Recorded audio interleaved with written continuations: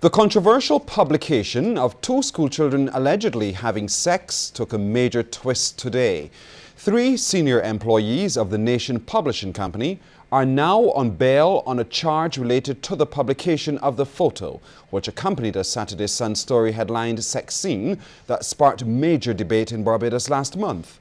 We hear more now in this Dale Ford report.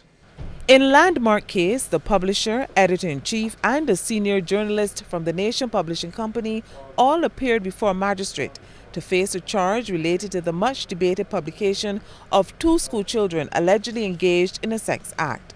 Publisher Vivian and Lenore Gittins, editor-in-chief Roy Ricardo Morris and journalist Sanky Price were all granted bail in the sum of $5,000 with one surety, and ordered to surrender their travel documents when they appeared before Magistrate Wayne Clark in the District A Magistrates Court. They were not required to plead to the indictable charges.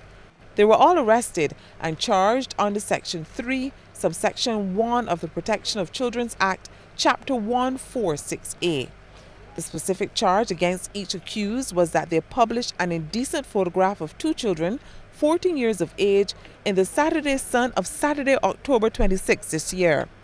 Mrs. Gittins, Mr. Morris and Mr. Price will have to reappear in the District A Criminal Court No. 2 on March 11th next year. There was no objection to bail by police prosecutor Inspector Trevor Blackman, but he asked that their travel documents be surrendered to the court. Attorney-at-Law Alair Shepherd QC appeared for all three accused in association with Attorney-at-Law Ezra Aline.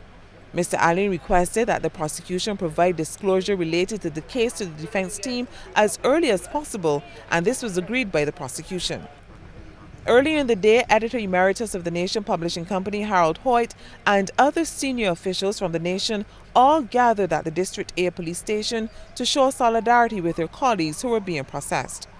The charges against the Nation employees are the latest development in the case following the charging of two teenage boys who allegedly filmed the two children. I'm Dale Ford for CBC News. The Barbados Hotel and Tourism Association is today saying that no other hotel could qualify for the concessions, which Minister of Tourism Richard Seeley is saying is open to all and not exclusively to Sandals Resorts International. In fact, President-elect of the BHTA, Sunil Chatrani, is suggesting that all hotels will be at a disadvantage. The BHTA stated its position on the issue at a press briefing at its Belleville St. Michael office.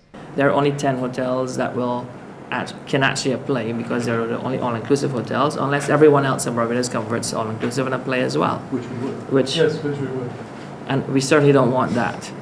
All we're asking for is for a system that enables us to have the same benefits as Sandals without having to go through this application process. And there's a clear-cut indication of this is what you have to meet in terms of a qualification, which is reasonable that we all will meet, and that we can get it. And it's not just for all-inclusives. You want to make sure that the benefit is not just for all-inclusives. It has to be for the other properties as well, because we need a balanced portfolio in this market.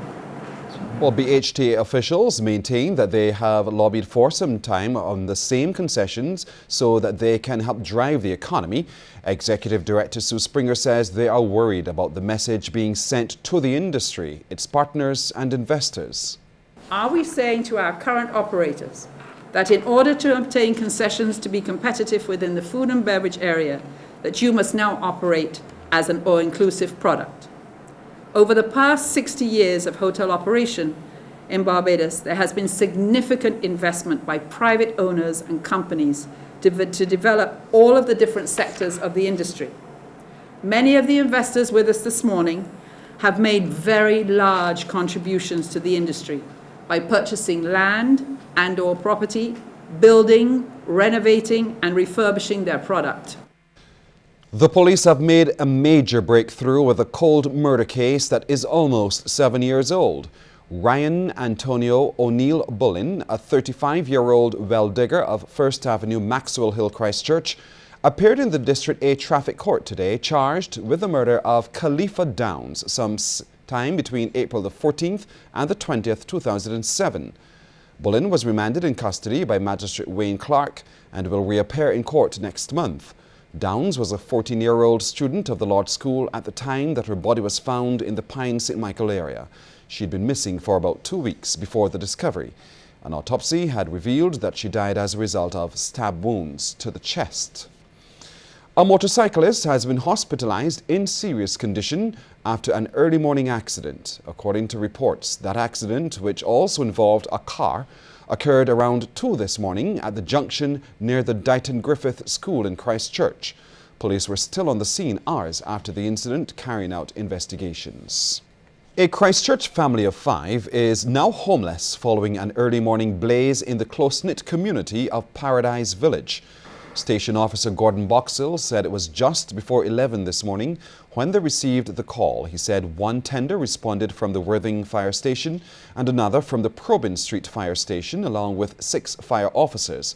The blaze was swiftly brought under control. Owner of the uninsured house, 73-year-old Matthew Straker, spoke to CBC. He said it was home to 2 other adults and 2 school children. He was unsure of what they would do next. My daughter called me and told me, "Daddy, you need to go home. I understand the house on fire." I said, "Who house?" He said, our house on fire.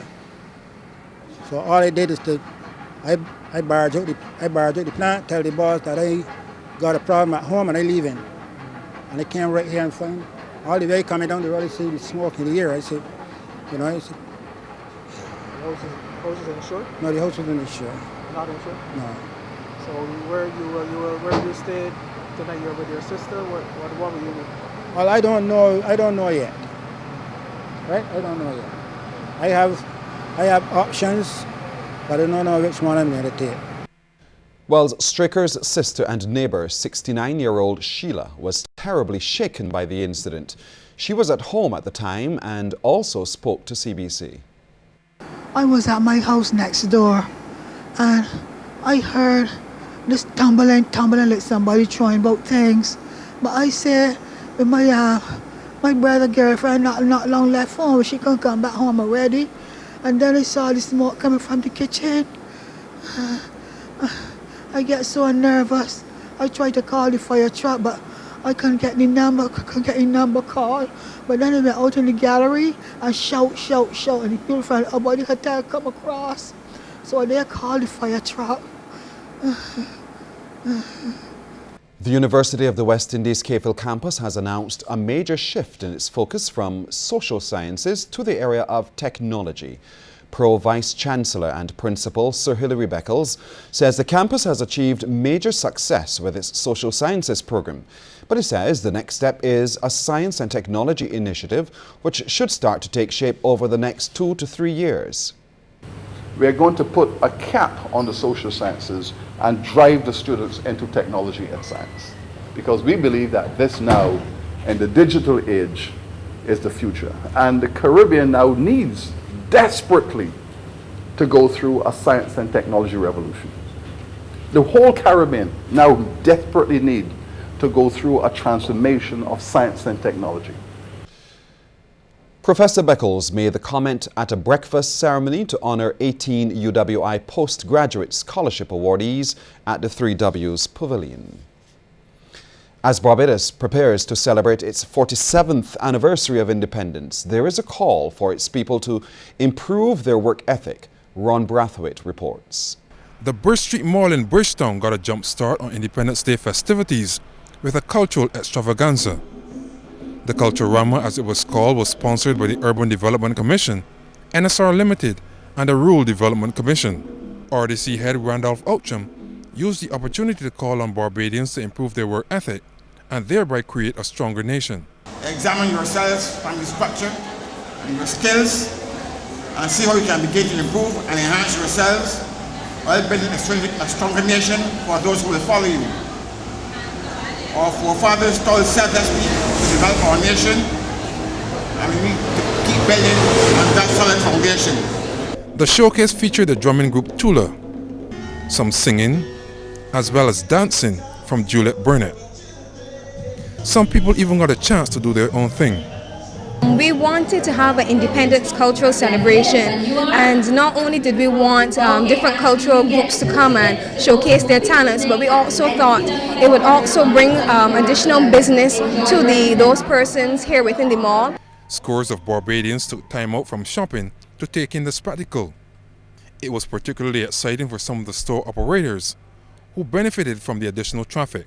I feel good about it. We're pleased with what's happening here this morning in the mall. And so far, I think we have had much more customers this morning, and it's bringing in people into the mall, and we appreciate what's happening. I feel good about it because people who haven't known about Julie's discount, they could come along and they stop inside and they will see the different products that we sell inside here, so it's a good thing for the business.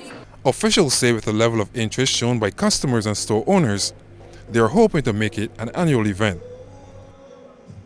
Ron Brathwaite, CBC News.